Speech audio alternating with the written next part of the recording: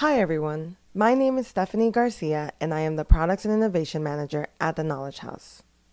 In this demo, I will be walking through the Knowledge House's first Leaderboard MVP, which was the first iteration of the leaderboard created after our staff designed a change idea that aimed to increase our young adults' social-emotional learning skills through gamification of student performance. We specifically designed our change idea to address students' self-advocacy and academic behaviors.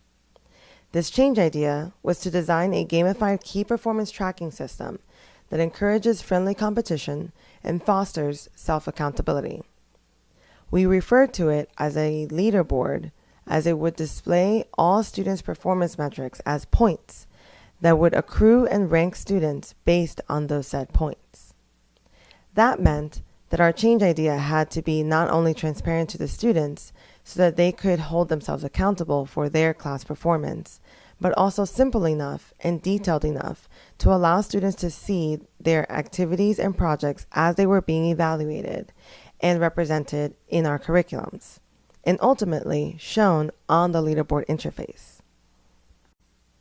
We decided to implement our change idea as a gamified spreadsheet because it was the easiest for us to create, as well as the most accessible to both our students and our staff at the time. We also wanted to design it using a medium that would allow us to automate some of the processes, such as adding and subtracting points onto the leaderboard. We ultimately went for Google Sheets rather than Microsoft Excel as our spreadsheet platform of choice, since we wanted to ensure that the tool could be updated and accessed from anywhere and at any time. Before we rolled out the leaderboard spreadsheet as a digital tool in our pilot program, we had to make sure that we trained the staff on how it would be used for case management. We also had to explain the interface to the students and show them how staff would use it throughout the program, as well as our expectations for how they should use it. This helped us set the tone for transparent data sharing and communication from the start of the program.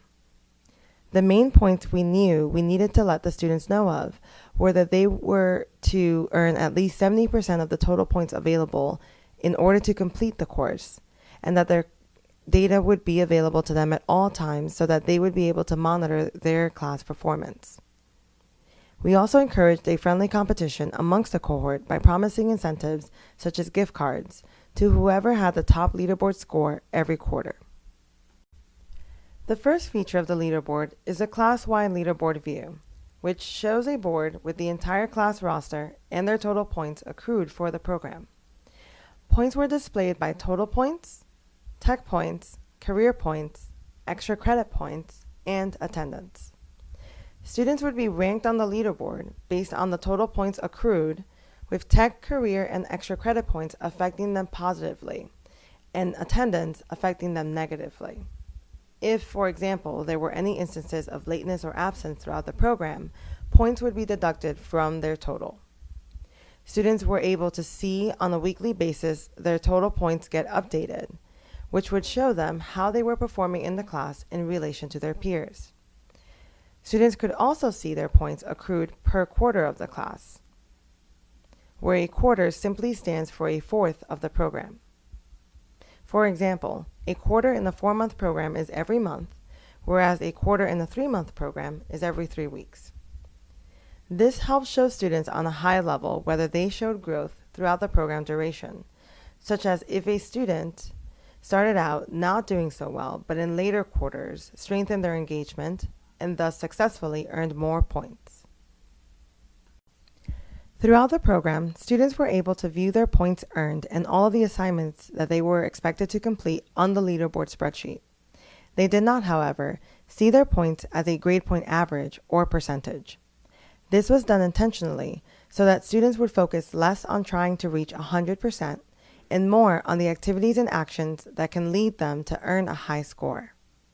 As the program progressed, however, it was evident that the Knowledge House's program staff needed to report on student progress in a way that aligned with traditional learning standards. This page shows a few examples of how the program staff was able to use formulas to convert the leaderboard point system into a grade point average for each student. The main metrics assessed for student performance were competency, based on the addition of tech and career points, quiz average for knowledge-based skills assessment, and attendance average for assessment of social-emotional learning skills growth. This data was then compiled and shared with any relevant external stakeholders. The bulk of students' time interfacing with the leaderboard spreadsheet happened within their individual leaderboards, which is shown here. This is where students got a clear picture of all the expectations for the class from the beginning of the program, where they could check in with staff on their progress every day. This individual leaderboard view essentially acted as a syllabus for the program, delineating dates due for assignments and projects, as well as how many points were available versus how many points were needed to reach the 70% minimum threshold. At the top of the individual student leaderboard was a mini dashboard with the most important information staff needed for each student in order to provide case management during and post-program. This included their name, age, points earned separated by total, tech, and career points, and links to their resume, their LinkedIn profile, digital learning portfolio, and GitHub account. Students could also see which of their peers was their assigned class buddy, which was chosen based on personality test results, as well as class observations during the first few weeks. The rest of the individual student leaderboard was separated in sections by tech points, career points, extra credit points, and attendance. Each section was separated by quarters, and each quarter had a points threshold that students needed to reach in order to continue in good standing in the program. Tech points were awarded for projects, assignments, and quizzes that demonstrated a student's proficiency in technical skills such as front-end design and programming fundamentals. Career points were awarded for activities and deliverables that assisted in professional skills attainment and progress towards pursuing career goals. These points went for things such as writing a personal statement, completing mock interviews, setting up accounts for digital communications tools, and creating a personal career roadmap.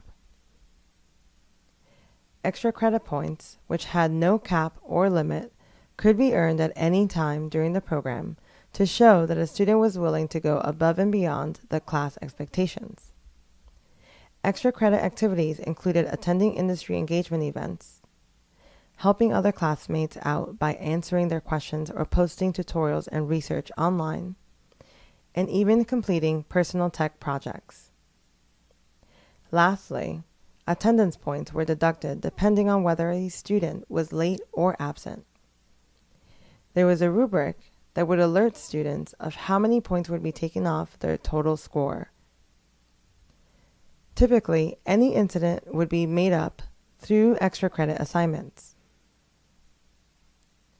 Students would receive a probation letter once they received a certain number of point deductions, and getting 100 points deducted meant that the student had to be dismissed from the program. In summary, the implementation of this first Leaderboard MVP as a spreadsheet helped us successfully make a claim that we could increase our students' social-emotional learning skills through gamification of their program experience. The Knowledge House staff compiled Leaderboard results into a final program report and used it in conjunction with pre- and post-program surveys, administered in partnership with the Student Success Network to measure students' SEL growth.